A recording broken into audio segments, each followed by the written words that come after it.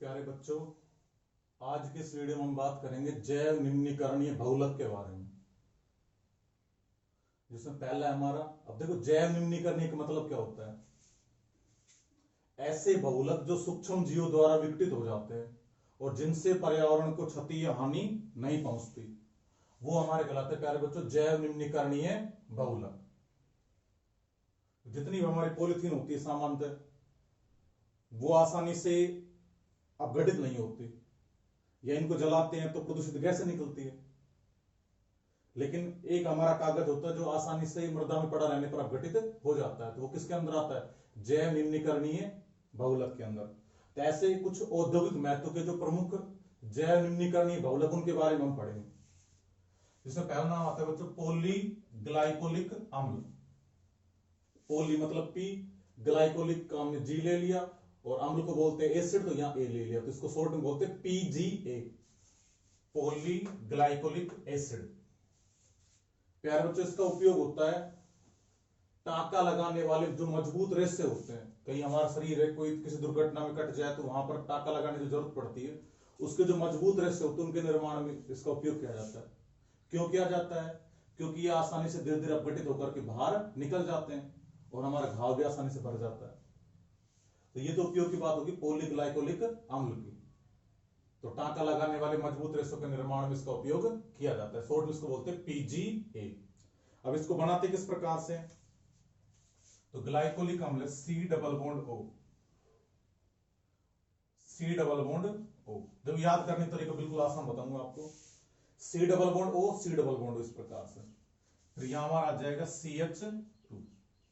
ये CH2 के बिल्कुल सामने आ जाएगा CH2। देखो C double bond O, C double bond O, CH2 CH2। उसके बाद में यहां एक ऑक्सीजन आ जाएगा, इसको इस साथ जोड़ देंगे और यहां एक ऑक्सीजन आ जाएगा। तो ऑक्सीजन के सामने ऑक्सीजन, CH2 के सामने CH2, सी डबल बॉन्ड ओ के सामने सी डबल बॉन्ड ओ। तो ग्लाइकोलिक जो अम्ल है,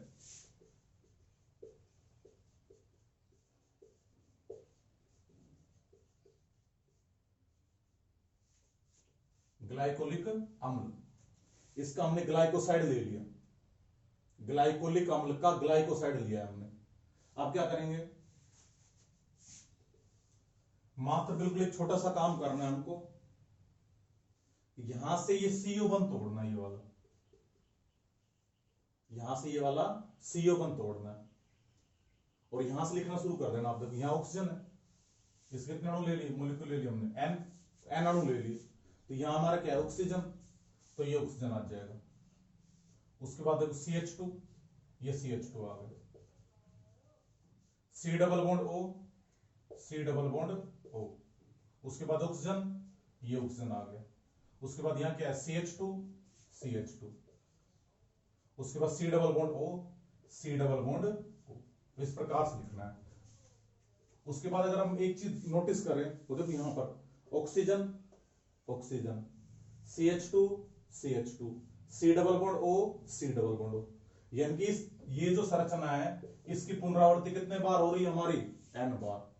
तो इस प्रकार हम व्यक्त कर सकते हैं। तो इस प्रकार हमारा क्या बनता है? पॉलीग्लाइकोलिक अम्ल। उसके बाद नेक्स्ट हमारा दे रखा है पॉलीलैक्टिक अम्ल। पॉलीलैक्टिक अम्ल PLA, पॉलीलैक्टिक एसिड। इसका उपयोग किसमें किया जाता है? डायलिसिस, जो ब्लड होता है उसको जो शुद्धिकरण, जो कई बार हमारे किडनी काम करना बंद कर देती है, तो ब्लड है उसको शुद्ध करने के लिए जो प्रक्रिया अपनाई जाती है वो कहलाती है डायलिसिस। हिंदी में उसको बोलते हैं अपोहन। तो ब्लड है उसको शुद्ध करने के लिए किसका उपयोग किया जाता है? PLA का। इसके अलावा बायोप्लास्टिक, यानी कि जो आसानी से अपघटित होने वाले प्लास्टिक, उसके निर्माण में किसका उपयोग किया जाता है? पॉलीलैक्टिक अम्ल का। अब प्यारे बच्चों, इसको बनाओ किस प्रकार से? तो ग्लाइकोलिक अम्ल, इसी ग्लाइकोसाइड से हमारा क्या बना था? पॉलीग्लाइकोलिक अम्ल। अब हम क्या बनाना है? पॉलीलैक्टिक अम्ल। तो लैक्टिक अम्ल है, इसका लैक्टोइड ले लेंगे हम। तो अंतर देखो मात्र एक छोटा सा अंतर आएगा इसमें। यहां से केवल एक क्या हटाना है और एच हटाकर हम क्या जोड़ना है? CH3। ऐसे यहां से एक एच हटाना है और एक क्या जोड़ना है? CH3। बाकी किसी प्रकार का कोई अंतर नहीं आएगा इसमें। तो मात्र एक छोटा सा परिवर्तन किया मैंने, यहां से एक एच हटा कर CH3 जोड़ दिया, यहां से एक एच हटा करके CH3, ऐसे इसमें करना है। जहां CH2 में से एक एच हटा दो आप और यहां जोड़ देंगे CH3, ऐसे यहां से एक एच हटाया और यहां एक जोड़ दिया CH3। तो इस प्रकार से हमारा बच्चों क्या बन गया, पॉलीलैक्टिक अम्ल। तो ये हमारा बन गया PLA। तो इस प्रकार से हम निर्माण कर सकते हैं बच्चों PLA का, पॉलीलैक्टिक एसिड का। नेक्स्ट हमारा दे रखा है बच्चों पॉलीकैप्रोलैक्टोन, जिसका उपयोग किसमें किया जाता है, नियंत्रित ड्रग्स रिलीज कैप्सूल, नशा मुक्ति के जो कैप्सूल होते हैं उसके निर्माण में इसका उपयोग किया जाता है। निर्माण किस प्रकार से करेंगे इसका, देखो ध्यान से। तो इसका निर्माण करना बिल्कुल आसान है।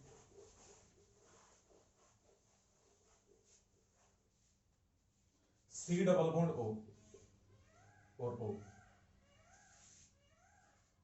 उसके बाद में यहां एक कार्बन दिखाई दे रहा है अपने को, तो यहां बस 6 कार्बन पूरे करने हैं हमको। तो 1 2 3 4 5 और ये 6। इस प्रकार से हमारे 6 कार्बन हो गए। अब इसमें ये वाला बॉन्ड तोड़ना है केवल मात्र। तो ये वाला बंधन जब हम तोड़ेंगे तो यहां से देखो ऑक्सीजन, तो ऑक्सीजन आ गया। उसके बाद 1 2 3 4 5, तो CH2 कितने हैं, 5। उसके बाद आ गया C double bond O, C double bond O, और कितने अणु जोड़ देंगे, N अणु। बिल्कुल सिंपल काम किया हमने। यहां से ये वाला बॉन्ड तोड़ा तो ऑक्सीजन, ये ऑक्सीजन आ गया। 1 2 3 4 5, तो 5 CH2 आ गए।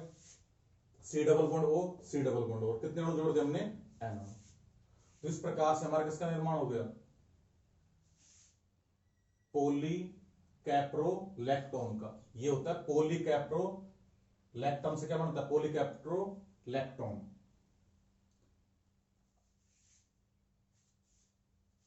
कैप्रोलैक्टोन। इससे हमारा बनेगा पॉलीकैप्रोलैक्टोन। तो इस प्रकार से इसका निर्माण किया जाता है। उसके बाद नेक्स्ट देखो बच्चों,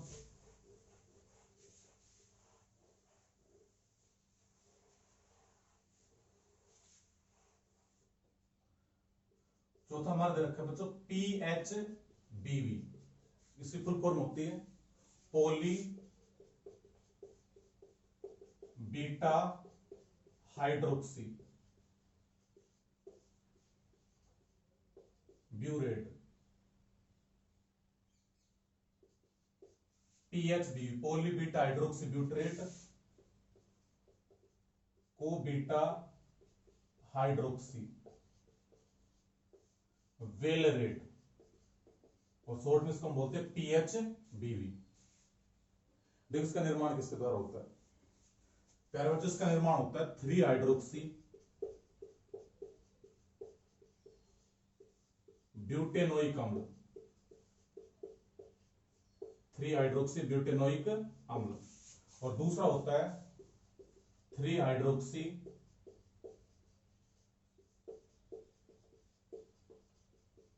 पेंटेनोइक अम्ल। तो 3 हाइड्रोक्सी ब्यूटेनोइक अम्ल और 3 हाइड्रोक्सी पेंटेनोइक अम्ल है, इसके संघनन बहुलकीकरण द्वारा क्या बनता है, PHBV बनता है। देखो बनाना बिल्कुल आसान है।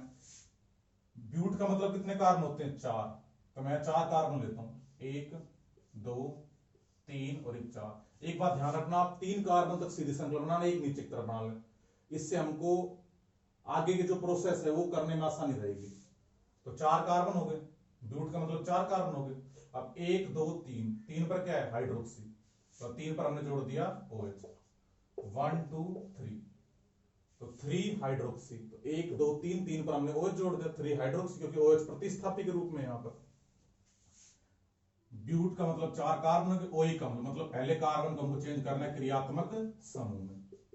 तो प्यारे बच्चों इसका नाम क्या हो जाएगा, 1 2 3, 3 हाइड्रोक्सी ब्यूटेनोइक अम्ल। अब कार्बन के 4 बंध केवल पूरे करने, तो यहां आ गया CH3, यहां एक H आ जाएगा, यहां आ जाएगा CH2। तो ये हमारा हो गया 3 हाइड्रोक्सी ब्यूटेनोइक अम्ल। दूसरा हम क्या लेना है बच्चों, 3 हाइड्रोक्सी पेंटेनोइक अम्ल। तो हाइड्रोक्सी यहां भी 3 पर है और इसमें भी 3 पर हाइड्रोक्सी, 3 कार्बन तक हमको सीधे श्रृंखला बनानी है। तो 1 2 3, उसके बाद 4 5, यहां से नंबरिंग करता हूं मैं 1 2 3, 3 पर क्या जोड़ना है, OH मतलब हाइड्रोक्सी जोड़ना है। तो 3 हाइड्रोक्सी हो गया। पेंट का मतलब कितने कार्बन है, 5, तो 5 कार्बन हो गए। और ओइक अम्ल मतलब पहले कार्बन को हमको क्रियात्मक समूह में परिवर्तित करना है। तो पहला कार्बन हमारा हो गया बच्चों COOH। तो ये हमारा क्या कहलाता है, 3 हाइड्रोक्सी पेंटेनोइक अम्ल। अब केवल कार्बन है, उसके 4 बंध पूरे करने, यहां आ जाएगा CH3 CH2 CH CH2। अब मैंने आपको पहले बताया था बच्चों, जब अम्ल और एल्कोहल की अभिक्रिया करवाते हैं तो अम्ल से तो हमारा OH बाहर निकलता है और एल्कोहल से, इस बात का ध्यान रखना, एस्टरीकरण अभिक्रिया में भी इसी बात की पुष्टि होती है कि जो अम्ल होता है वो OH ग्रुप देता है और एल्कोहल देता है H।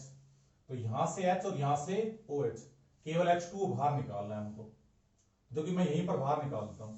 तो यहां से H और यहां से OH, H2 हटा दिया हमने, तो चल अणु बाहर निकल गए,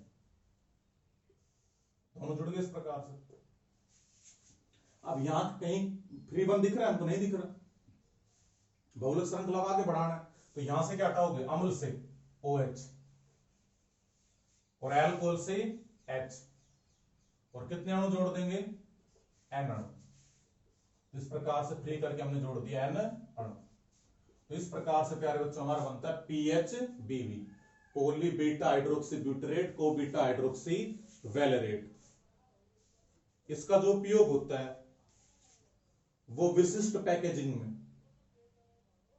और अस्थियों में प्रयुक्त होने वाले तंतुओं के निर्माण में किया जाता है। तो इस प्रकार से हमारा बनता है PHBV। उसके बाद देखो नेक्स्ट,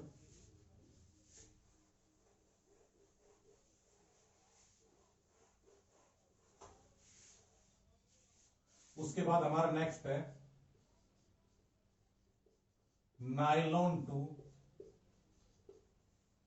नाइलॉन 6, नाइलॉन 2 नाइलॉन 6। इसका निर्माण ग्लाइसिन और एमिनो कैप्रोइक अम्ल, एक तो हमारा ग्लाइसिन और एक आ जाएगा एमिनो कैप्रोइक अम्ल। इसके संघनन बहुलकीकरण द्वारा होता है। किसके द्वारा होता है, संघनन बहुलकीकरण द्वारा। तो देखो इसका निर्माण हम किस प्रकार से करेंगे।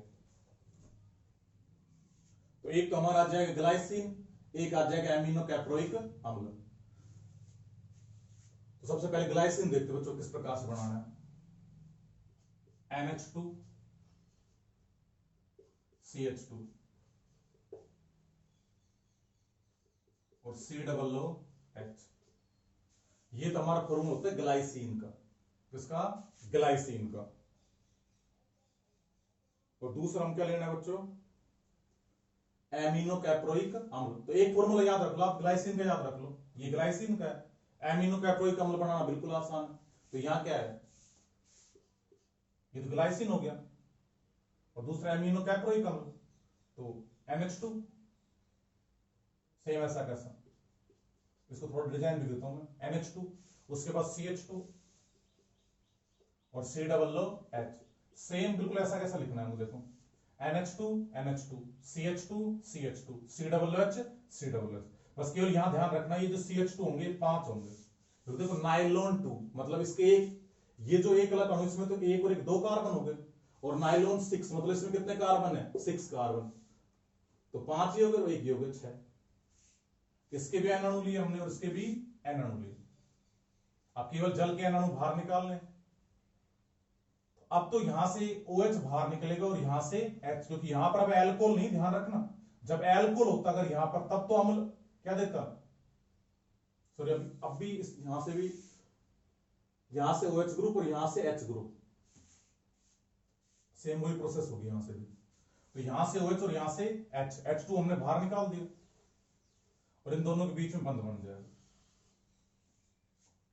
अब विग्रह आगे बढ़ाना है तो यहां से क्या हटाओगे, OH, और यहां से एक H, और दोनों तरफ बैलेंस से फ्री कर कितने अणु जोड़ देंगे, N अणु। तो इस प्रकार से प्यारे बच्चों हमारा बन जाएगा नाइलॉन 2 नाइलॉन 6। और क्यों कहते हैं इसे, क्योंकि इसके ग्लाइसिन में तो 2 कार्बन होते हैं और एमिनो कैप्रोइक अम्ल में 6 कार्बन होते हैं। तो इस प्रकार से हमारा बनता है प्यारे बच्चों नाइलॉन 2 नाइलॉन 6। अब अगले वीडियो में बहुलक है, उसका अणुभार ज्ञात करने की विधियों के बारे में पढ़ेंगे। धन्यवाद।